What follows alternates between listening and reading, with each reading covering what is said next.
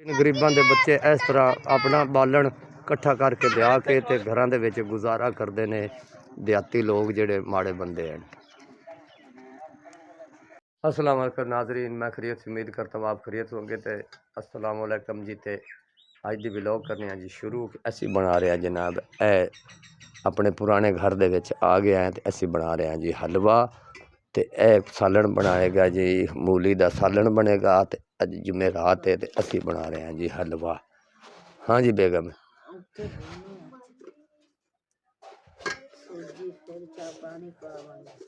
सूजी भुन के तो फिर गर्म पानी वखरे आओ बना के रखे। हाँ सही है, सही है, ठीक है। तरीका से कच्चा पानी पाइए ना तो हलवा सही नहीं बनता।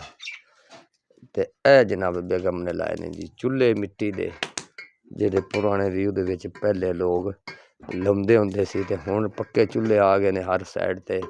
लेकिन इन्होंने ये अपना शौक किया है जी ये चूल्हियां दा बेगम ने।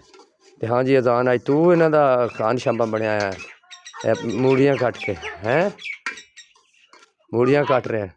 आपकी माँ के नाल मदद करा रहे हैं। सही हो गया।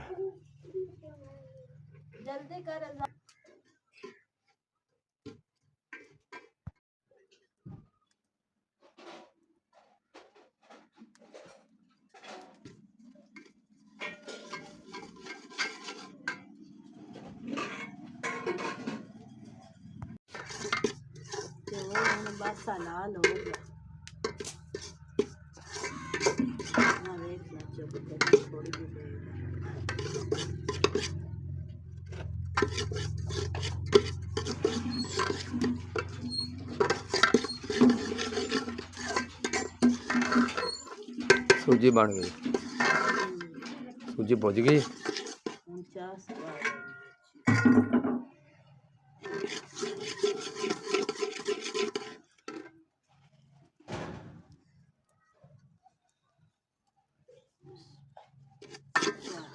है जी पाकवा पै गया विच पानी।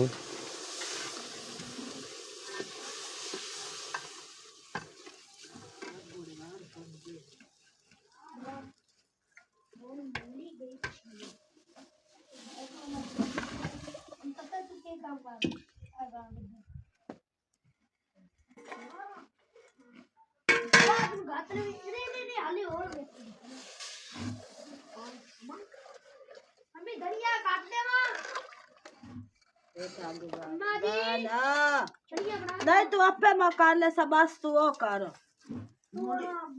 कद्दू कर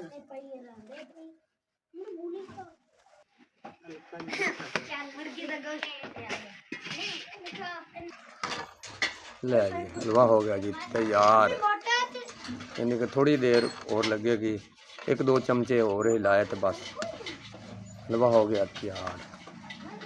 बिल्कुल ना सख्त नहीं करना, थोड़ा थोड़ा नरम रहने देनी ताकि फिर थल्ले लाउंदे लाउंदे भी ना। हाँ सर तुहानू पता ही है।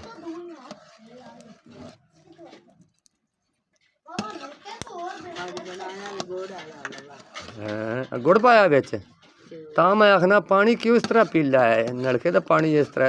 मैं परेशान हो गया। तो वो तो तुसी तो चास पकाई हुई है गुड़ वाला हलवा। मैनू नहीं पता, मैं आटा लवन गया होया।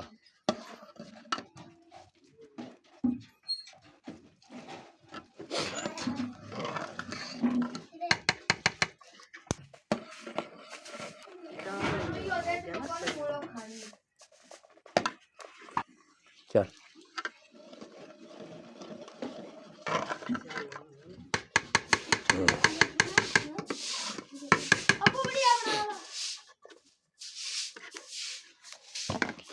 ले जी हलवा हो गया जी साडा तैयार।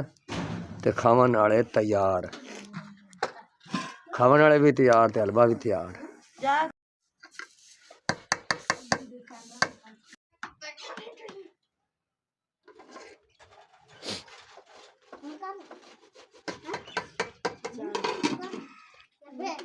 चल आ जाओ भी आपो आपदा चुक लवो, खाई जाओ तो कमाई जाओ जी। तो नाज़रीन आए हैं जी आटा पियावन से फौजी साहब जनाब चक्की वाला आटा पी रहा है। तो उस तो बाद साढ़े नंबर लगेगा कि असी आटा 20 किलो ਇੱਥੋਂ ਮੁੱਲ ਲੈ ਕੇ ਜਾਵਾਂਗੇ।